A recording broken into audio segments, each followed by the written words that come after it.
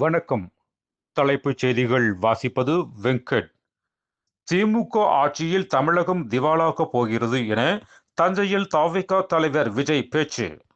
திமுக கூட்டணியில் காங்கிரஸ் கட்சிக்கு 28 சட்டப்பேரவை தொகுதிகளும் ஒரு ராஜ்யசபா சீட்டும் ஒதுக்கீடு ஒப்பந்தத்தில் திமுக மற்றும் காங்கிரஸ் கட்சியின் தலைவர்கள் கையெழுத்திட்டனர்.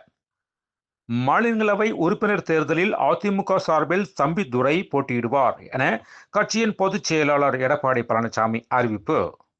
தஞ்சையில் நேற்று தமிழக வெற்றிக் கழகம் சார்பில் பரப்புரை கூட்டம். திருச்சி வந்த விஜய்க்கு உற்சாக வரவேற்பு.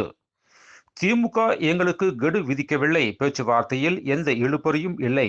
முதல்வர் மு.க. ஸ்டாலினை சந்தித்த பின் செல்வ பெருந்தகை தகவல். போர் காரணமாக வான்வழி பாதை மூடப்பட்டதால் துபாய்க்கு 60 பேருடன் புறப்பட்ட விமானம் மீண்டும் சென்னையில் தரையிறங்கியது.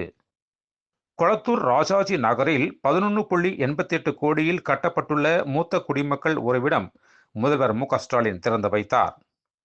சென்னையிலிருந்து டெல்லி சென்ற விமானத்தில் பணிப்பெண்ணிடம் பாலியல் அத்துமீறல். திருவள்ளூர் நகராட்சி திமுக கவுன்சிலர் பிரபாகரன் நண்பருடன் கைது. பிரபல சமையல் கலைஞர் மாதம்பட்டி ரங்கராஜுக்கு மரபணு பரிசோதனை நடத்த அனுமதி அளித்து சென்னை உயர்நீதிமன்றம் உத்தரவிட்டுள்ளது.